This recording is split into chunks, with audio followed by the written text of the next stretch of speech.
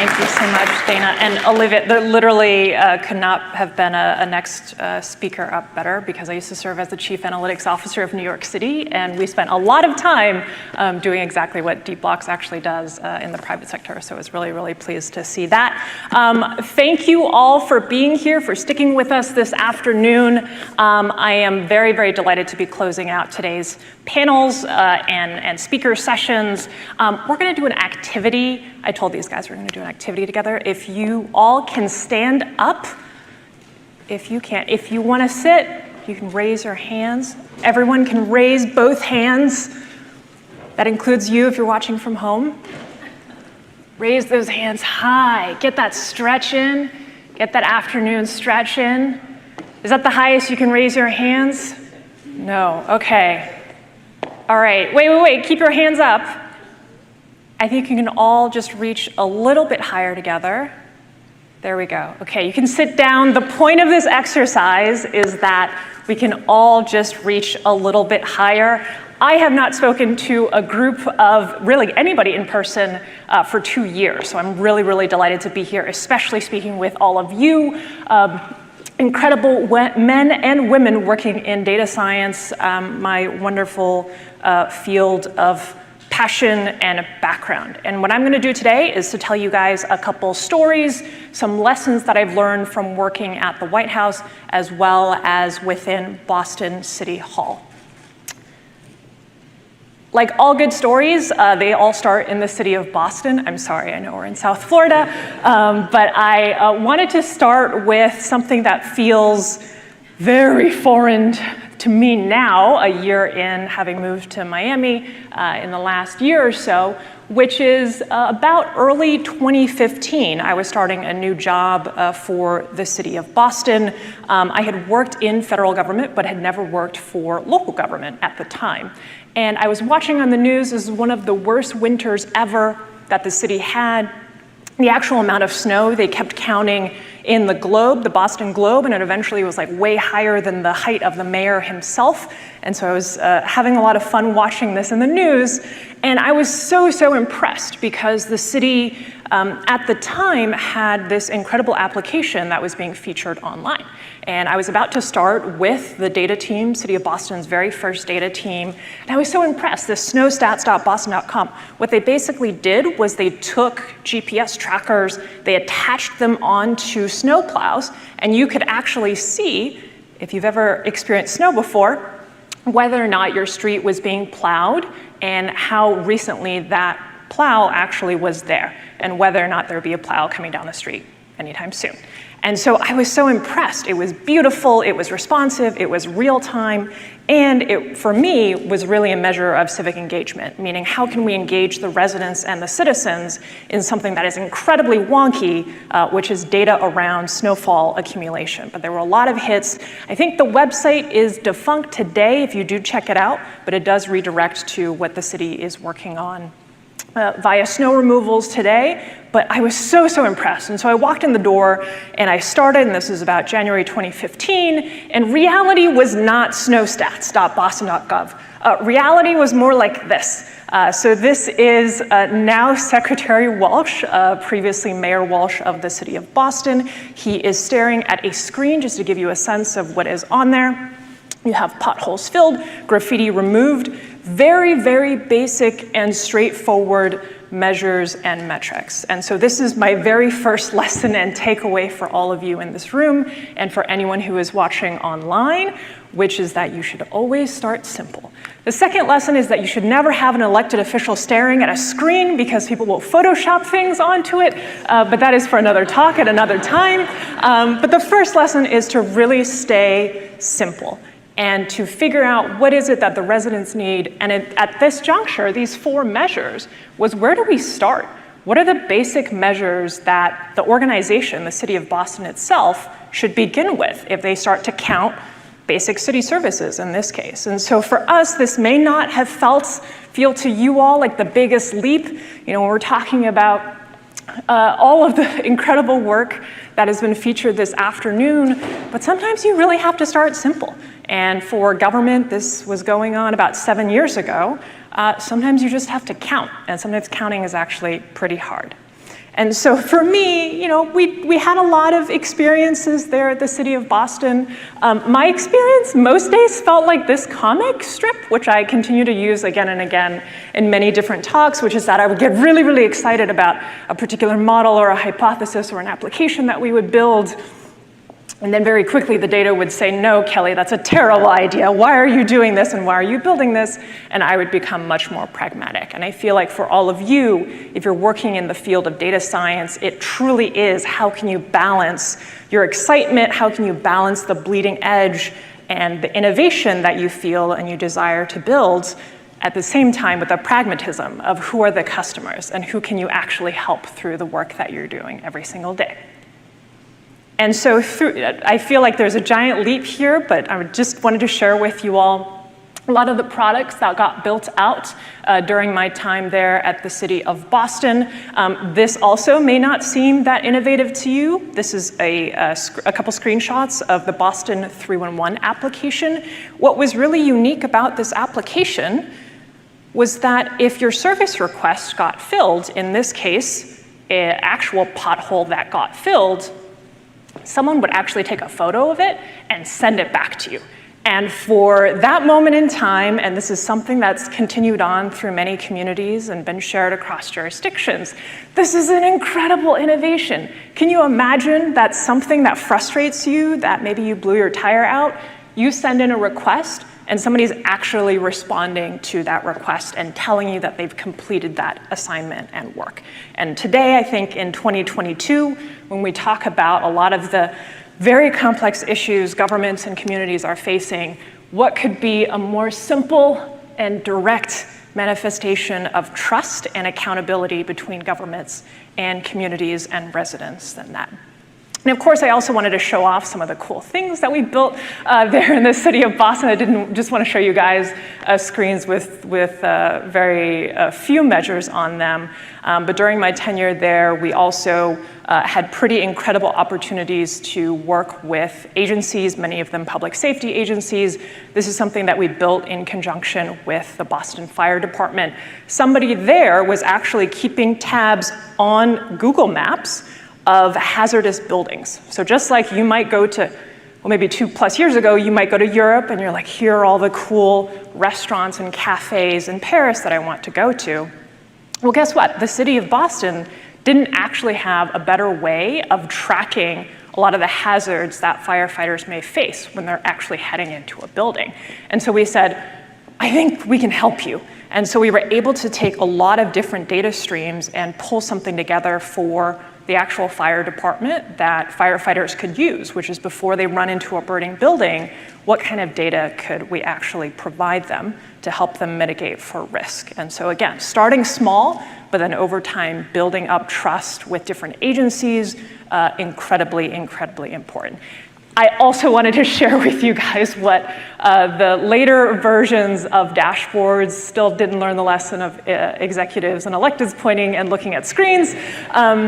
But in this case, this was mid-2016 when I headed back to the White House, this is what we had deployed. So the mayor actually had 4 live screens that were rotating in his office that provided what the real-time data was, whether that was updated weekly, or in the case of the 311 requests, you can see in the upper right-hand corner, those are live. Those are every 10 seconds. He was actually receiving a feed of all of the complaints that resident had. So for us, being able to shift in this direction was super, super powerful. But the story doesn't end there. I wanted to tell you a couple other stories that I've gathered over the years. This photo is of New York City Hall. I want to take you all back to March 2020. I'm sorry, we're all going to go back mentally in March 2020 because I want to tell you a couple data stories, which is that these 2 photos that you see are actual interior shots of the Emergency Operations Center. So this is located in Brooklyn, New York. This is actually where the COVID response, all of the operations, everybody in person actually occurred. All of the agencies you see are seated around this really just everybody's being there and everybody's trying to analyze and provide as much information to the mayor and to all of the agencies. And so yours truly got called in first week of March 2020. It's kind of blurred out, but that's an actual screenshot of my computer, because I was trying to figure out how many N95 masks there were at that point in New York City. And so we were pulled, my team and I were pulled really into the middle of this crisis response, and rightfully so. And we walked in immediately, and everyone kept asking us data questions, and I said, none of the data warehouses hold these information. Whether that was the number of masks, no one had ever thought, hey, we need a system to track how many masks there are. No one had ever thought we need to track how many hospital beds and what was going on across all of the cities and hospitals across the city and the state as well. And so we kept getting this question of, does someone have up-to-date data and information in some database for the city? And can it be updated hourly? And my answer was absolutely not, but we will figure out what we can do in this scenario. And so for me, this lesson that was very, very hard learned last year, 2 years ago, was what can you pull together and actually present? Because otherwise you're gonna miss the power curve. Meaning that if there are decisions being made, executives are trying to move quickly, you have to pull together whatever it is that's the best form of what you have and present that analysis. And so for us, when it came to masks, I remember this constant discussion of what's the depletion rate? What's the depletion rate? And I said, it doesn't matter. You're gonna run out of masks either in 4 weeks or in 7 weeks. You just need to buy more masks. And so when I think about deeply the time that my team and I spent there at the Emergency Operations Center, it really did center around how do we provide information as quickly as possible. And so I'm sure all of you are like, Kelly, I never want to experience that in my life, but really think about in your own organizations and your own teams, when there are really fast analyses that need to occur, how quickly can you deliver and how quickly can you pull together insights for others, decision makers and policymakers as well. The other quick thing that I wanted to discuss and share from my time spent in 2020, we did a lot of analysis of 311 service requests. So at the time, social distancing or the lack thereof across New York City public spaces and parks was a pretty significant issue. And we kept getting this question, Kelly, what's going on with social distancing? What kind of analysis can we glean from this? And what should we do about it? And we pulled together this chart, but for anyone, if you take a quick glance at this in person or online, it literally states the most obvious thing, which is that in New York City, we had social distancing issues when it were beautiful sunny days and it was a warm weather outside and it was a weekend and it was sometime in the afternoon. And that kind of, to me, did not feel like aha, but the most obvious statement there in New York City led us to a very clear decision path, which is, okay, let's go send social distancing ambassadors out to the parks. Now that we know, intuitively, we should have known that on sunny days, the summertime, this is where we should send people. So don't try to overcomplicate things. Don't try to over-engineer things. Are there ways that you can pull together your analysis, simplify, get down to the decisions that are being made around you and be able to provide that analysis out to folks. Before we segue into my last stories here, I did want to pause and actually I'm not sure, like, what is data analytics? I used to work for DJ Patil, who defined data science, and I still give him a hard time today because I'm like, I still don't understand what data science means, DJ. I know you have something in your head. But one thing I did want to define for you all, having worked in the analytics space, is what actually is data analytics? And so these logos that you see on the left-hand side, every single one of these organizations that I've worked at, I have been obsessed about answering these 4 questions. And if you can intuit these 4 questions, what is happening or has happened, why is it happening, what will happen in the future, and what should be done about it, you can make a big, big impact. It doesn't matter what organization you're working at. But this is something I've been asked over and over again, and I'm like, I literally spend all day working on this. I wanted to pause and briefly get that across to you guys.